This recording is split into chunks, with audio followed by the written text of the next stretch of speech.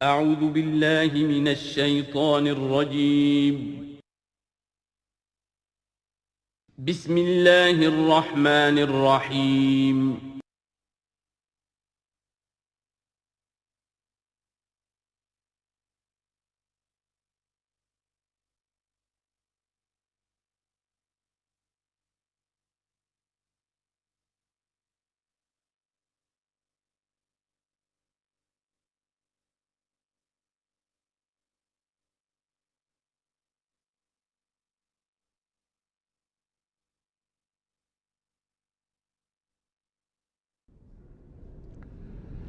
بسم اللہ اولہ و آخرہ۔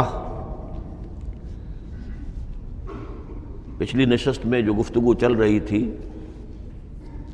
وہ فہم قرآن کے ضمن میں کچھ بنیادی اصول کہ جنہیں اگر پیش نظر رکھا جائے تو سہولت ہو جائے قرآن کے سمجھنے میں۔ 5 چیزیں بیان ہو چکی تھیں۔ نمبر 1، قرآن کا اسلوب استدلال منطقی نہیں ہے، فطری ہے، نیچرل اور خطابی ہے، انسان کو خود غور و فکر کرنے اور اپنے اندر جھانکنے کی دعوت دیتا ہے قرآن۔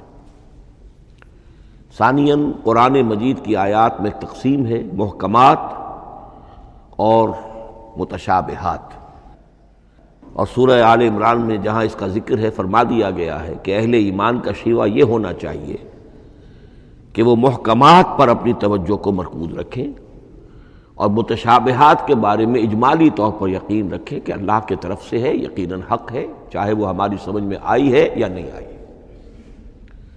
لیکن اس میں جو ایک براڈ تقسیم ہے وہ یہ کہ آیات الاحکام سب کی سب محکمات ہیں مستقل، اور عالم غیب، عالم آخرہ، عالم برزخ، عالم ارواح، عالم ملائکہ، اس کے تمام امور مستقل طور پر متشابہات میں سے ہے۔ البتہ ایک تیسری کیٹیگری ہے کہ جو سائنٹیفک فینومینا کے ضمن میں ہو سکتا ہے کہ ایک شے آج متشابہات میں ہو، کل وہ محکمات میں داخل ہو جائے، جبکہ انسانی علم جو ہے وہاں تک پہنچ جائے اور اس کا ادراک کر سکے۔ نمبر 3، تفسیر زیادہ تر لفظی طور پر اور نحو اور صرف سے بحث کرتی ہے، تعویل کا مقصد ہے اصل مدلول تک پہنچنے کی کوشش کرنا۔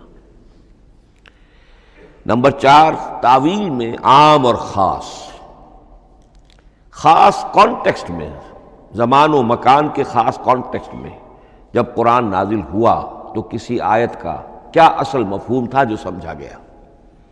اس میں شان نزول کی روایات کو بھی اہمیت حاصل ہوگی۔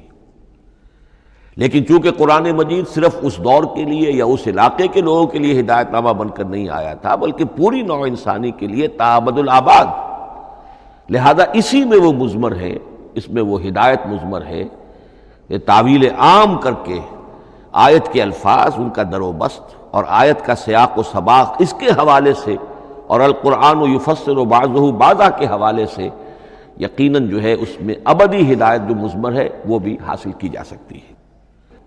نمبر 5، تذکر اور تدبر کا فرق، یہ دونوں الفاظ قرآن کے ہیں۔ تذکر کے لیے 4 مرتبہ اللہ نے سورہ قمر میں چیلنجنگ انداز میں فرمایا ہے وَلَقَدْ يَسَّرْنَا الْقُرْآنَ لِلذِّكْرِ فَهَلْ مِن مُّدَّكِرٍ، ہم نے قرآن کو ذکر کے لیے، تذکر کے لیے، ہدایت اخذ کرنے کے لیے، بنیادی نصیحت حاصل کرنے کے لیے نہایت آسان بنایا ہے۔ تو ہے کوئی جو اس سے تذکر کرنا چاہے؟ اس تذکر بالقرآن کے لیے صرف یہ کافی ہے کہ انسان عربی زبان سے اتنا واقف ہو کہ اس کا ایک براہ راست مفہوم سمجھتا چلا جائے، اور دوسری شرط لازم ہے نیت کی درستی، طلب ہدایت پیش نظر ہو، اپنے علم کی دھوس جمانا جو ہے وہ مقصود نہ ہو، تو قرآن مجید سے تذکر حاصل ہو جائے۔ تدبر کے اعتبار سے قرآن مجید مشکل ترین کتاب ہے، بلکہ میں نے اس وقت ایک غلط لفظ استعمال کر دیا تھا، دنیا کی مشکل ترین، یہ دنیا کی کتاب ہے ہی نہیں، یہ تو مشکل ترین کتاب ہے، بہی معنی کہ اللہ تعالیٰ کے علم کامل سے اس کا نزول ہوا ہے، اس علم کا احاطہ کسی انسان کے لیے ممکن نہیں ہے۔ اسی طرح یہ قرآن ایک ایسے سمندر کے مانند ہے جس کا نہ کوئی کنارہ ہے اور نہ ہی اس کی کوئی تہہ ہے۔ اس میں پوری زندگیاں کھپانے کے باوجود بھی افلا یتدبرون القرآن، تدبر، لیدبروا آیاتہ ولیتذکر اولو الالباب، یہ دو اصطلاحات خود قرآن کی ہیں۔ میرا جو کتابچہ ہے مسلمانوں پر قرآن مجید کے حقوق، اس میں میں نے ان پر تفصیل سے بحث کی۔ نمبر 6، دو اعتبارات سے قرآن مجید پر غور کرنے والے کا ایٹیچیوڈ ایک دوسرے سے بالکل متضاد ہوگا۔ احکام کے حوالے سے ایک طالب علم کا رخ پیچھے کی طرف ہونا چاہیے، اسلاف نے کیا سمجھا، ان سے پہلوں نے کیا سمجھا، ان سے پہلوں نے کیا سمجھا، صحابہ نے کیا سمجھا، یہاں تک کہ اپنے آپ کو محمد الرسول اللہ کے قدموں میں پہنچا دیجیے۔ دین کا عملی پہلو، حلال اور حرام، جائز و ناجائز، یہ چیزیں آپ کو، یہ نہیں کہ آپ کو نئے زمانے کی وہ جو بھی ریسرچ ہو اس کے حوالے سے اور نئے زمانے کے سائنسی جو حقائق ہیں ان کے حوالے سے بات کریں۔ دوڑ پیچھے کی طرف ہے گردش ایام، تو پیچھے سے پیچھے یہاں تک کہ مصطفیٰ برسا خیش را کے دیں ہم اوست اگر بہو نہ رسیدی تمام بولا۔ لیکن حکمت، سائنس، اس کے حوالے سے آگے بڑھی ہے، آگے سے آگے بڑھی ہے۔ وہ تو میں عرض کر چکا ہوں کہ وہ جو فینومینا قرآن مجید میں سائنٹیفک مذکور ہیں، ان کی اصل حقیقت جو ہے وہ ہمارے اگر اسلاف کو سمجھ میں نہیں آ سکی تو بات سمجھ میں آتی ہے۔ ابھی اس علم کی سطح ہی اتنی کمزور تھی، اتنی نیچی تھی کہ ان کی اس کا ادراک ممکن نہیں تھا۔ اس میں آگے بڑھیے تو اس میں بالکل متضاد ہو گیا کہ ایک میں زمانے کا ساتھ دینے کی بجائے زمانے سے بھی آگے چلو، اور ایک میں پیچھے یہاں تک کہ محمد الرسول اللہ والذین معہ، محمد الرسول اللہ والذین معہ، ان کے قدموں تک اپنے آپ کو پہنچا دو۔ آخری شے فہم قرآن کے ضمن میں، لیکن یہ last but not the least کے مصداق ہے۔ یہ بات بہت صراحت کے ساتھ مولانا مودودی نے لکھی ہے تفہیم القرآن کے مقدمے میں، اور بہت اہم بات ہے، بہت اہم بات ہے، اور وہ یہ ہے کہ قرآن مجید ایک ایسی کتاب نہیں ہے جسے کوئی محقق اور ریسرچ اسکالر اپنی لائبریری میں بیٹھ کر اور ریفرنس بک سامنے رکھ کر ادھر سے ادھر اور سمجھ لے۔ اس کے سمجھنے کی شرط لازم یہ ہے کہ جو یہ راستہ دکھاتا ہے اس پر چلنا شروع کرے۔ ایک ایک قدم کے بعد قرآنی حقائق مزید منکشف ہوں گے، اور مزید منکشف ہوں گے، اور مزید منکشف ہوں گے۔ جب تک قرآن مجید کے بتائے ہوئے راستے پر آدمی چلے گا نہیں، قرآن کی اصل حقیقت اس پر کبھی منکشف نہیں ہوگی۔ چاہے تفسیر لکھ دے، وہ تو لفظوں کی بحث ہے، صرف اور نحو ہے، یا روایات ہیں، وہ جمع کر دیجئے، لیکن یہ کہ قرآن مجید کا صحیح فہم عمل کے بغیر ممکن نہیں۔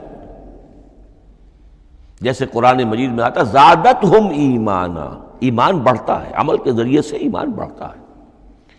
میں اس میں ایک شے کا اضافہ کر رہا ہوں۔ میرے نزدیک قرآن مجید مینول آف ریولیوشن، محمد عربی صلی اللہ علیہ وسلم نے ایک عظیم انقلاب برپا کیا دنیا میں، اور ایک انقلابی جد و جہد کی ہے۔ دعوت کے قبول کرنے والوں کو منظم کرنا، ان میں سم و طاعت کی عادت پیدا کرنا، پھر ان میں تن من دھن قربان کرنے کا جذبہ پیدا کرنا، پھر ان کا تزکیہ کرنا، ان کی تربیت، پھر جب وہ تیار ہو جائیں تو باطل سے ٹکر، اور اس میں پھر جہاد اور قتال کے مراحل، تاکہ انقلاب آ گیا، اور یہ کہ جاء الحق وزہق الباطل ان الباطل کان زہوقا۔ اس جد و جہد کے ہر مرحلے پر قرآن نازل ہو رہا ہے، جو اس مرحلے کے جو مسائل ہیں، جو اس مرحلے کے پرابلمز ہیں، جو اس مرحلے کی مشکلات ہیں، ان سے بحث کر رہا ہے۔ اب اگر کوئی فرد یا کوئی گروہ اس پروسیس میں وہ داخل ہی نہیں، وہ سمجھ ہی نہیں سکتا کہ یہ جو بات کہی جا رہی ہے اس کا اصل محل کیا ہے، مقام کیا ہے، کیوں کہی جا رہی ہے۔ وہ تو جب اسی قسم کی انقلابی جد و جہد میں کوئی خود مبتلا ہوگا تو اسے معلوم ہوگا یہ تھی وہ مشکل، یا یہ تھا وہ مسئلہ، یا یہ تھا وہ مرحلہ جو اس وقت کی جو جد و جہد تھی محمد الرسول اللہ والذین معہ کی، کہ اس وقت یہ آیات نازل ہوئی۔ اس طریقے سے مینول آف ریولوشن میں کہا کرتا ہوں، چونکہ ہماری جو طب کی تعلیم ہوتی ہے ان میں مینول آف ڈسیکشن سب سے پہلے جو ہے اناٹمی پڑھائی جاتی ہے، اور ڈیڈ باڈی کی ڈسیکشن ہوتی ہے، تو مینول آف ڈسیکشن جو ہے وہ پہلی کتاب ہوتی ہے جو ہمیں ملتی ہے۔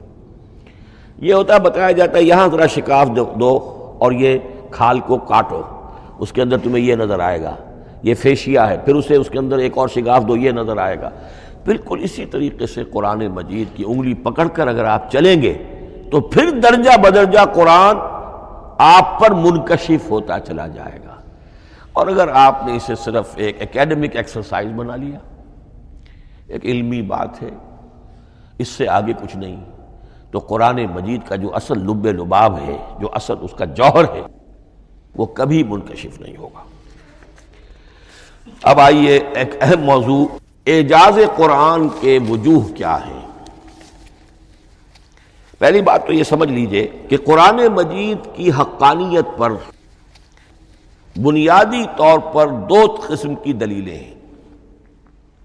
ایک دلیل خارجی ہے، خارجی دلیل محمد الرسول اللہ صلی اللہ علیہ وسلم کی شخصیت اور آپ کا کارنامہ، الصادق الامین، قد لبثت فیکم عمرا، میں تمہارے مابین ایک عمر گزار چکا ہوں، تم نے مجھے دیکھا، میرا کردار دیکھا، تم نے خود مجھے الصادق اور الامین کا جو ہے خطاب دیا، تو خود حضور کی شخصیت دلیل ہے قرآن مجید کی حقانیت پر۔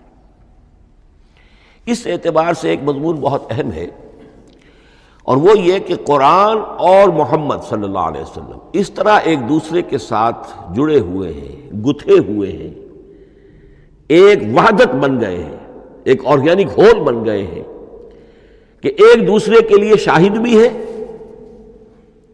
اور ایک دوسرے کے لیے کمپلیمنٹری بھی ہے، جس کے لیے میں دو مقامات سے استشہاد کروں گا۔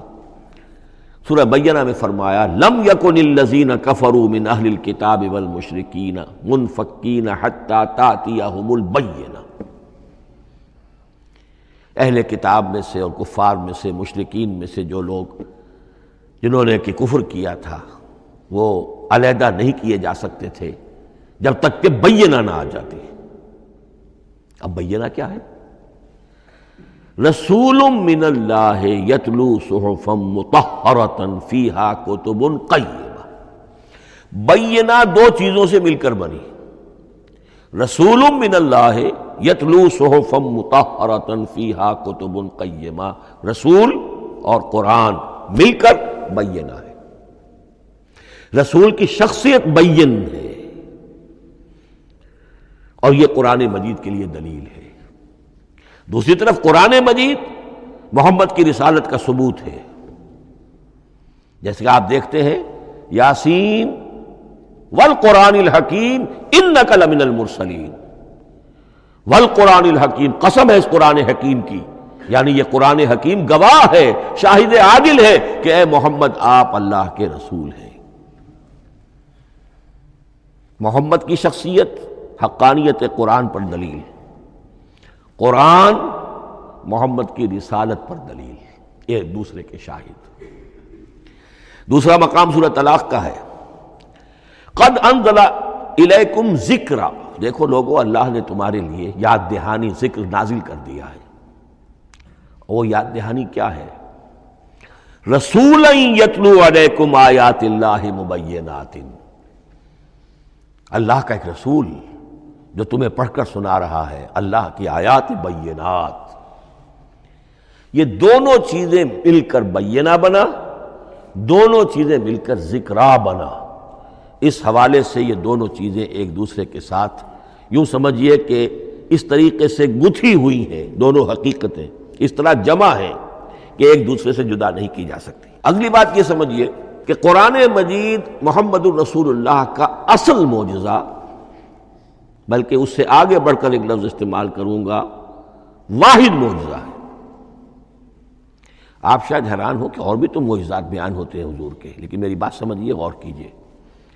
ان واقعات سے مجھے انکار نہیں ہے، لیکن جو بات میں کہنا چاہتا ہوں اس کو اچھی طرح سمجھیے۔ معجزہ کہتے کسے؟ معجزہ عاجز کر دینے والی شے۔ اس معجزے میں دو چیزیں ہونی لازم ہیں، دعویٰ اور تحدی، چیلنج۔ جب کہ کوئی خرق عادت کوئی شے پیدا ہو جائے، خرق عادت اسے کہتے ہیں کہ فزیکل لا ایک ہے، پانی، واٹر کیپس اٹس سرفیس، حضرت موسیٰ کا عصا اس پر لگا اور سمندر پھٹ گیا، خرق عادت ہے۔ یعنی جو عادی قانون ہے، عام طور پر جو قوانین طبعیہ ہیں، ان کا پھٹ جانا، ختم ہو جانا، ٹوٹ جانا، اور کسی حقیقت کا اس میں سے ظاہر ہو جانا جو ان فزیکل لاز کے خلاف۔ آگ کے بارے میں قانون کیا ہے؟ وہ جلاتی ہے، لیکن یہ کہ یہ معجزہ ہے، یہ خرق عادت ہے کہ حضرت ابراہیم آگ میں ڈالے گئے، اس نے نہیں جلایا، یا نارو کونی بردن و سلام علی ابراہیم۔ تو خرق عادت کو اب دو قسموں میں آپ سمجھیے۔ ایک خرق عادت وہ ہے جو دعوے کے ساتھ پیش کیا جائے، اپنی صداقت، اپنی رسالت کی حقانیت اور صداقت کے ثبوت کے طور پر، اور اس میں چیلنج کیا جائے کہ آؤ مقابلہ کر لو۔ وہ اس رسول کا اصل معجزہ ہوتا ہے۔ ایک خرق عادت وہ ہے جو اللہ تعالیٰ اپنے نیک بندوں کی بزرگی کو ظاہر کرنے کے لیے، غیر انبیاء کے لیے بھی کرامات جنہیں ہم کہتے ہیں ہو جاتی ہے۔ بہت سے صحابہ سے وہ کرامات ثابت ہیں۔ حضرت عمر رضی اللہ تعالیٰ عنہ کو شام کا میدان جنگ دکھا دیا گیا، یا ساریۃ الی الجبل کے الفاظ آپ نے فرمائے۔ ابھی تو ٹیلی ویژن کہیں نہیں تھا، ابھی یہ سارے وسائل و ذرائع موجود نہیں تھے، یہ خرق عادت ہے۔ غیر نبی کے لیے اسے ہم کہیں گے کہ یہ کرامات ہے۔ نبی کے لیے لفظ معجزہ